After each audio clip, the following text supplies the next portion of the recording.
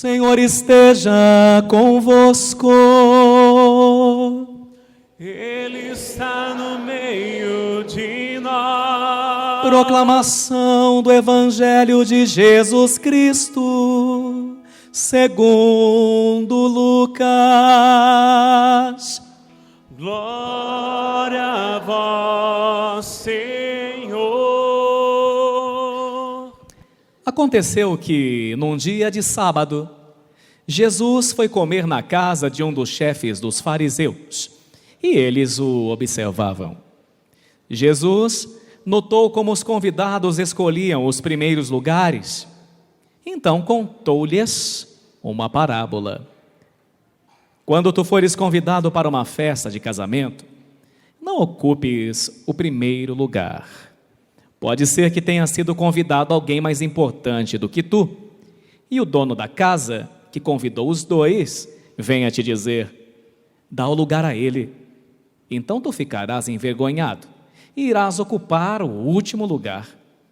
Mas, quando tu fores convidado, vai sentar-te no último lugar.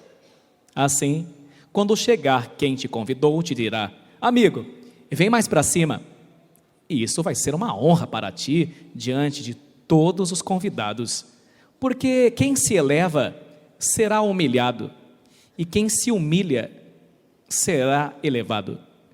E disse também a quem o tinha convidado: quando tu deres um almoço ou um jantar, não convides teus amigos, nem teus irmãos, nem teus parentes, nem teus vizinhos ricos, pois estes poderiam também convidar-te, e isto já seria a tua recompensa. Pelo contrário, quando deres uma festa, convida os pobres, os aleijados, os coxos, os cegos. Então tu serás feliz, porque eles não te podem retribuir. Tu receberás a recompensa na ressurreição dos justos. Palavra da salvação.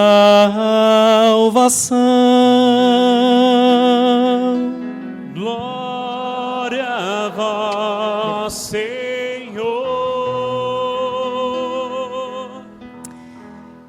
Queridos filhos e filhas da igreja, naqueles banquetes de gala da época dos apóstolos, as mesas eram dispostas de uma forma um pouco diferente, ou muito diferente, do que nós costumamos fazer hoje com as nossas recepções.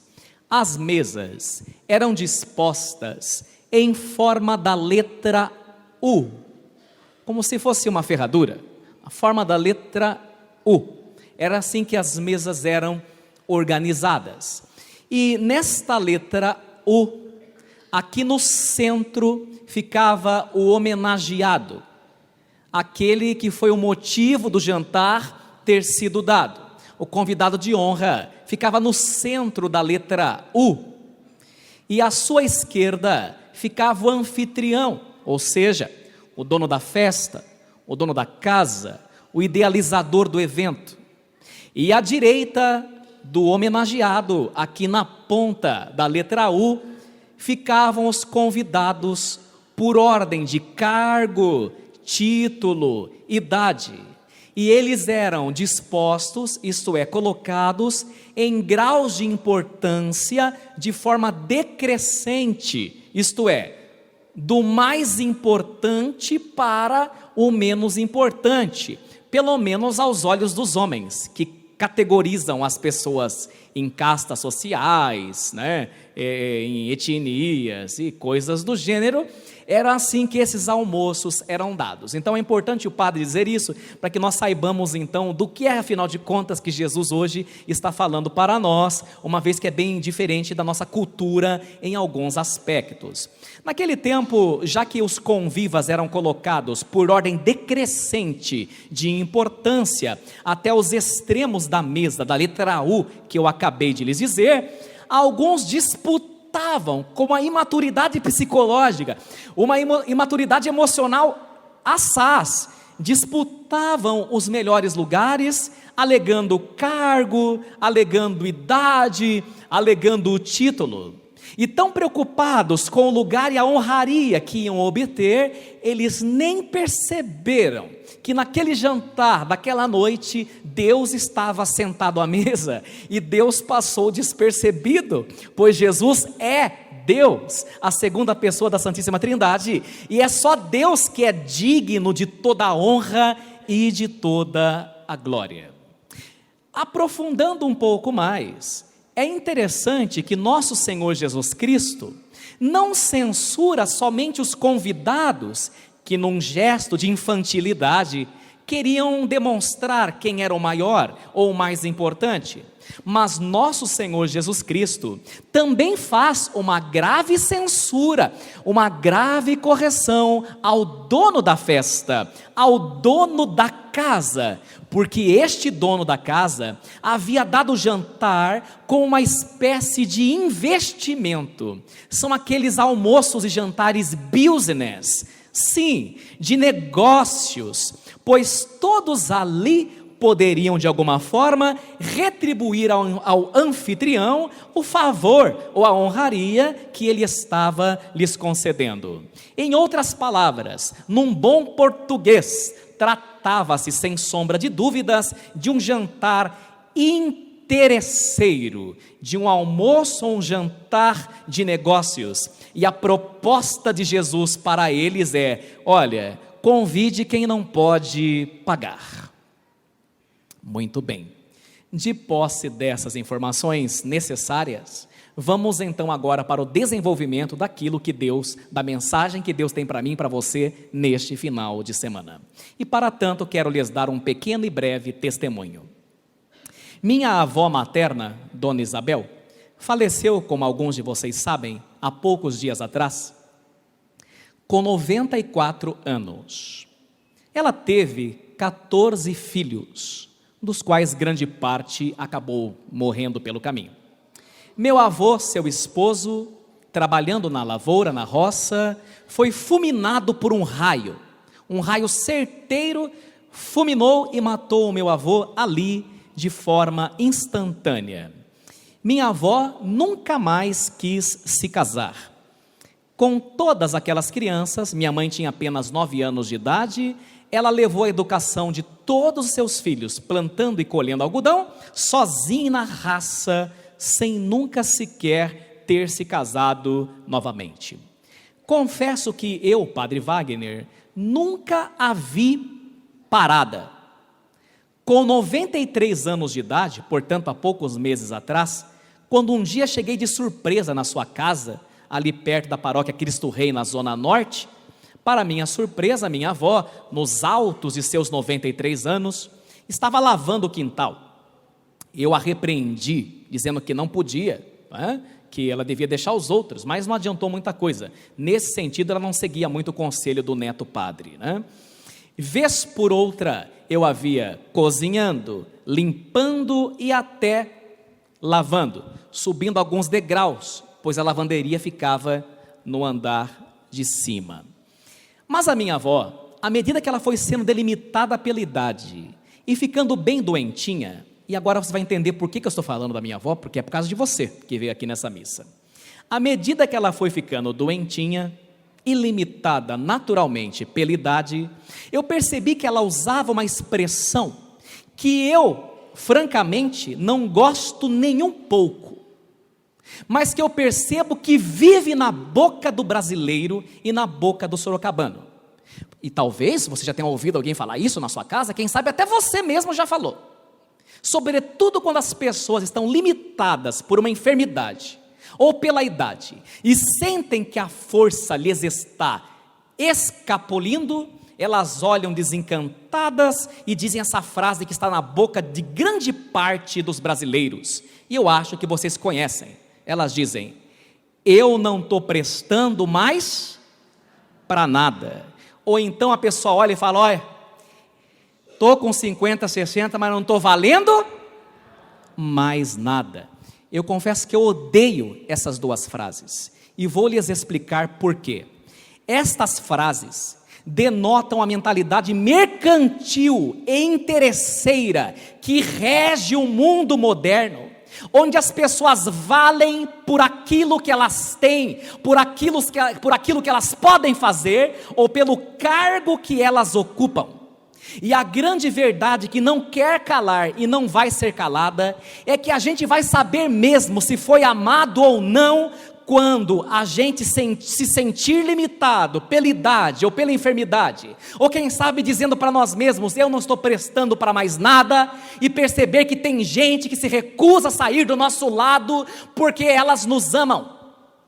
Nós vamos perceber que fomos verdadeiramente amados quando a gente não puder mais lavar roupa, quando a gente não puder mais ser um auxílio, uma ajuda para alguém, e o máximo que os netos, ou quem sabe os sobrinhos, netos puderem fazer, é ficar conosco numa poltrona à tarde, assistindo televisão, sentados, assistindo qualquer programação que passe, na sessão da tarde, as novelas do CBT, ou a Canção Nova, porque nós já não conseguimos mais fazer muita coisa, mas aquelas pessoas se recusam a se levantar de nosso lado, porque para elas, durante toda uma vida, nós nos tornamos pessoas especiais. Estamos cansados de ver casas cheias nos finais de semana, com macarronada, bebida e churrasco, mas quando a dona da casa cai doente e talvez fica nas fraldas e já não pode mais fazer mais nada, aquelas multidões, os almoços de domingo, na maior cara de pau, simplesmente desaparecem. E isso quando não começam a brigar para ver quem vai cuidar da anciã anfitriã. Acredito que não é só minha família que passa por isso, acredito que é de vocês também, mas essas macarronadas de domingo, de casas lotadas, que se esvaziam depois da prova dos 9, é mais um almoço e um jantar interesseiro, igualzinho ao evangelho que acabáramos de escutar. São almoços business, almoços de investimento, onde não se tem amor, tem comida, mas falta caridade, falta reciprocidade, falta desinteresse, em outras palavras, falta amor.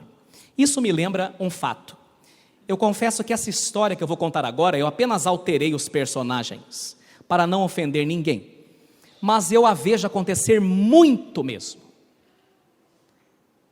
Algumas pessoas eu conheço que estão passando isso que eu vou falar agora, e talvez seja o seu caso, e se não for, você deve conhecer alguém assim. Então eu troquei os personagens. Veja bem, havia um casal que se amava muito, um casal de velhinhos, se amaram a vida toda. Eles projetaram uma casa grande e espaçosa para que a filharada e a netaiada pudessem brincar. A casa de 2 andares.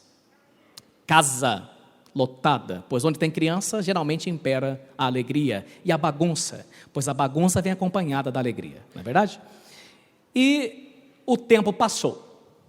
Um filho foi fazer intercâmbio, a outra foi fazer faculdade lá no estado do Espírito Santo, e aos poucos os dois se viram, como a maioria dos senhores casados vão se ver um dia, sozinhos.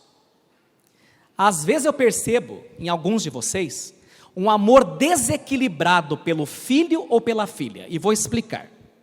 Você deve amar muito seu filho e sua filha, mas só não se esqueça, que seu amor para com ele tem que passar pelo seu marido. Só não se esqueça que o seu amor para com sua filha tem que passar pela sua esposa. Porque quando você viver a síndrome do ninho vazio, só vão restar vocês dois, e que vocês gostem de ficar juntos, de conversar, porque depois de 60 anos de casado, só ficam as conversas, meu filho, e as lembranças de como foi bom. Case com alguém que você gosta de trocar ideia, senão vão ser 2 estátuas de pedra sentadas numa cadeira, sem se falar, sem trocar ideia, sem partilhar a vida, sem conversar, porque os filhos naturalmente vão voar. Uma mania também de pai e filho ficar prendendo o filho dentro de casa, vão voar. Pois bem, eles se viram sozinhos. O tempo passou e tiveram que se reaprender, tiveram que reaprender a morar sozinho, que não é uma coisa fácil, né? Vivia em torno dos filhos, dos netos. Mas ele foi percebendo que a esposa que ele amava tanto começou a esquecer o fogão aceso. Depois ela começou a esquecer o chuveiro ligado. Depois ela começou a ir à missa e esquecer o gás ligado. E você já sabe onde essa história vai acabar. Lamentavelmente, a sua doença, a sua demência vascular, seu Alzheimer, crescia de forma assaz e rápida demais. Ele, desesperado, pediu ajuda aos filhos, mas os filhos estavam ocupados demais, sendo felizes e vivendo suas vidas. E o fato é que, novamente, diante daquela tribulação, os dois se viram sós, os dois se viram sozinhos. Ele, já com cerca de 74 anos, cuidando da sua esposa agora limitada, e repito, essa cena eu tenho assistido como padre. Ele já começou a dar banho nela, ele mesmo pintava as suas unhas, ele mesmo pintava seu cabelo, e só saía quando a convencia a tomar banho, que não era fácil, porque às vezes ela pensava que já tinha tomado, e que ele estava obrigando ela a tomar uma segunda, uma terceira vez. Só quem passou por isso sabe. As pessoas que cuidam de pessoas com esquecimento, se a gente tem que rezar, essa turma tem que rezar 10 vezes mais, porque não é fácil. E nós também devemos rezar por essa turma, porque não é fácil, né? E esse Senhor, que estou lhes dizendo, sempre com paciência, sempre com carinho, com total dedicação, com total diligência. Os anos se passaram, os filhos praticamente já não vinham mais, até mesmo porque a mãe já não sabia mais quem era seu filho. A mãe achava que o marido era o seu irmão mais velho. Ela achava até mesmo que nunca tinha se casado e que, portanto, não tinha mais filhos. Ela foi internada, depois de um certo tempo foi conduzida à UTI, e os senhores sabem que na UTI as visitas só podem ficar 30 minutos, né? Aquele senhorzinho não tinha ninguém que o levasse, os filhos com carrões, mas muito ocupados em almoços business, de negócios, como os do Evangelho. E ele pegava o ônibus, quando a juventude lhe dava lugar, pois nós somos uma geração cada vez mais egoísta e narcisista, né? Se equilibrava no apogeu dos seus 74 anos dentro de um ônibus, para ver a sua amada mulher, a sua amada esposa. Ela ficou muitos dias internada, e ele não faltou um dia sequer. Um dia, uma moça que não o conhecia, de tanto vê-lo, perguntou: desculpe minha curiosidade, mas afinal de contas, por que o senhor vai todo dia naquele lugar, naquele endereço, naquela direção? E ele lhe contou toda essa história que eu acabei de contar para vocês. Ela disse assim: mas é perigoso, o senhor já está limitado, né? E ela está bem cuidada na UTI. A menina até queria ajudar. O senhor não precisa ir todo dia. Afinal de contas, pelo que eu entendi, o senhor me disse que ela nem sabe mais quem é o senhor, não é verdade? Ele falou: ela já se esqueceu, ela não sabe mais quem eu sou. Então, maneira um pouco, não vai todo dia, já que ela não sabe mais quem é o Senhor. E ele, sorrindo de canto, com um sorriso bem leve, falou assim: minha filha, é por isso mesmo que eu vou, porque ela não sabe mais quem eu sou, mas eu continuo sabendo muito bem quem ela é. Essa mulher é simplesmente a mulher da minha vida, e eu não posso mais viver sem ela. Eu não vou porque ela sabe quem eu sou, eu vou porque eu continuo sabendo muito bem quem ela é. Às vezes a gente acha que ama, mas enquanto a pessoa ainda tem alguma utilidade para nós, a gente corre o risco perigoso de não amar a pessoa em si, mas a estabilidade emocional que ela nos dá, o prazer sexual que ela te proporciona.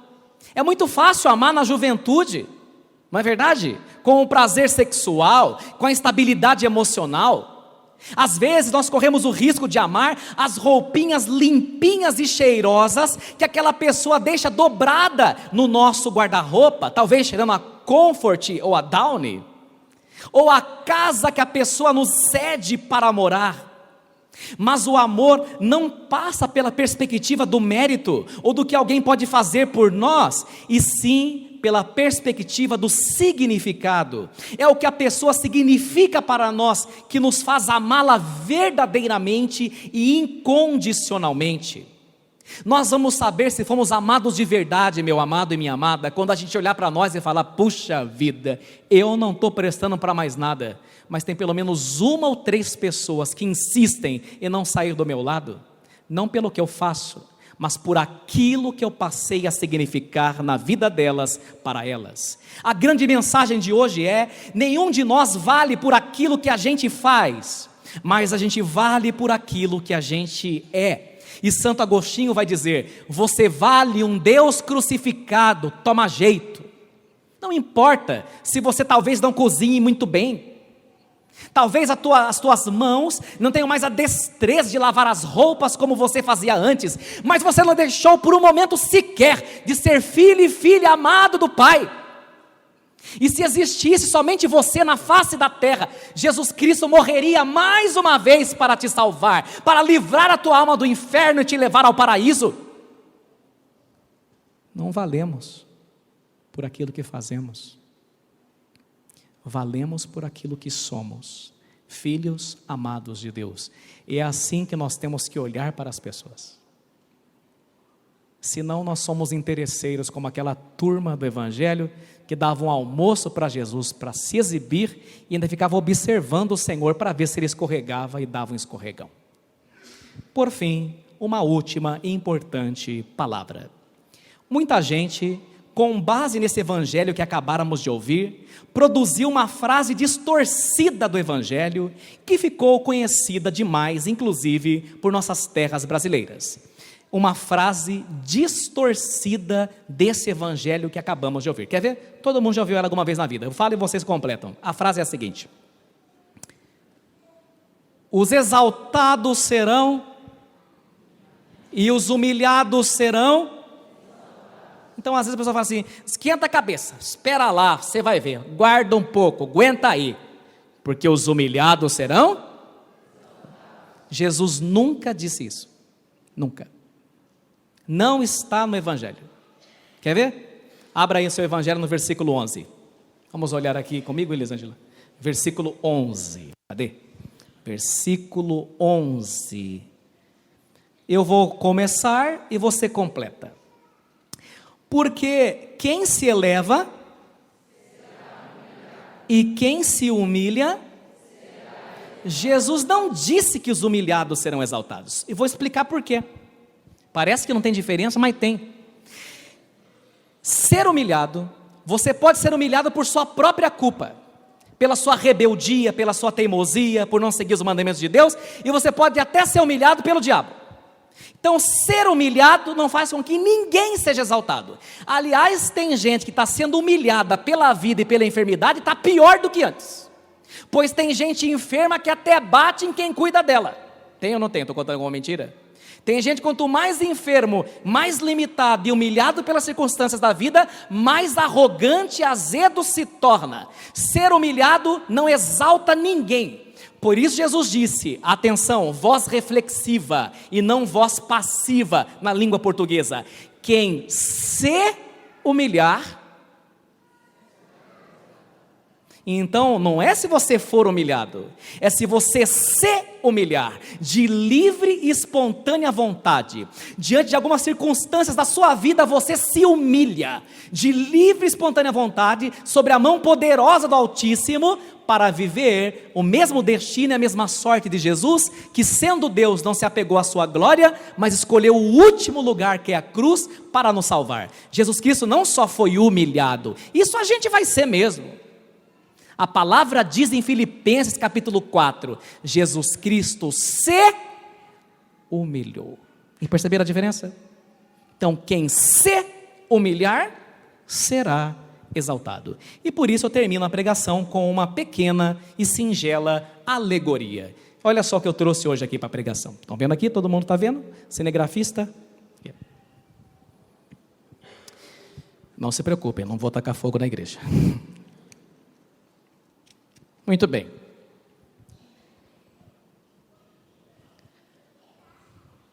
O que eu tenho aqui na minha mão? um palito. Mas a turma dá um sobrenome para ele. Eu tenho aqui um palito de fósforo.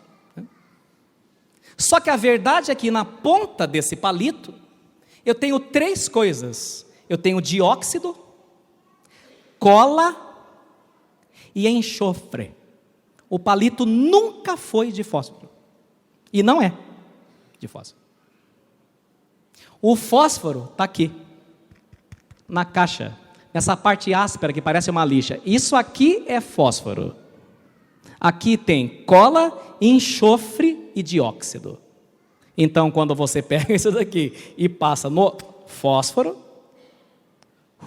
você tem o milagre da luz, o milagre do fogo. Só que até hoje o palito levou a fama. Nunca ninguém falou da caixinha.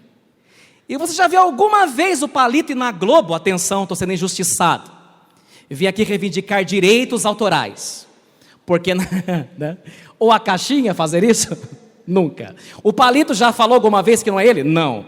E a caixinha já foi reclamar? Também não. O que significa isso? Que maravilhas acontecem na sua vida, na sua casa e na sua história, quando você faz o bem sem se preocupar com quem leva a fama. Quando você faz o bem sem se preocupar com quem está levando o crédito. Sem contar que se a caixinha fosse na Globo e falasse, atenção, eu sou o fósforo, ela ia mostrar ser tremendamente infantil. Algumas vezes, nós percebemos algumas pessoas infantilizadas, mesmo adultas. Acontece um almoço e alguém só elogia a carne e não a maionese. E a turma, mas que carne é essa? E alguém se levanta, fui eu que fiz. Cala-te. Não pague esse King Kong. Trabalhe em silêncio e deixe que o teu sucesso faça barulho por você. Cá entre nós. Como é feio e constrangedor uma pessoa que se elogia o tempo todo. Dá vergonha alheia.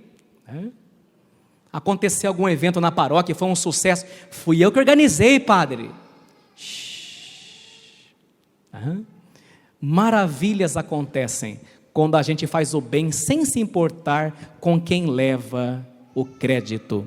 Não se preocupe se as pessoas não reconheceram que foi você, porque Deus estava lá e viu tudo. E quando os homens não nos pagam, quem nos paga é o próprio Deus, e Ele é o melhor pagador que existe. Tu receberás a recompensa na ressurreição dos justos no último dia. Conclusão: o orgulho, contrário da humildade, brota em nós, como está na primeira leitura belíssima de hoje, quando queremos o reconhecimento. Que as pessoas reconheçam o bem que eu fiz. E só um reconhecimento é realmente importante. O de Deus, pois o dele te salva, e os das pessoas só te atrasam. Amém.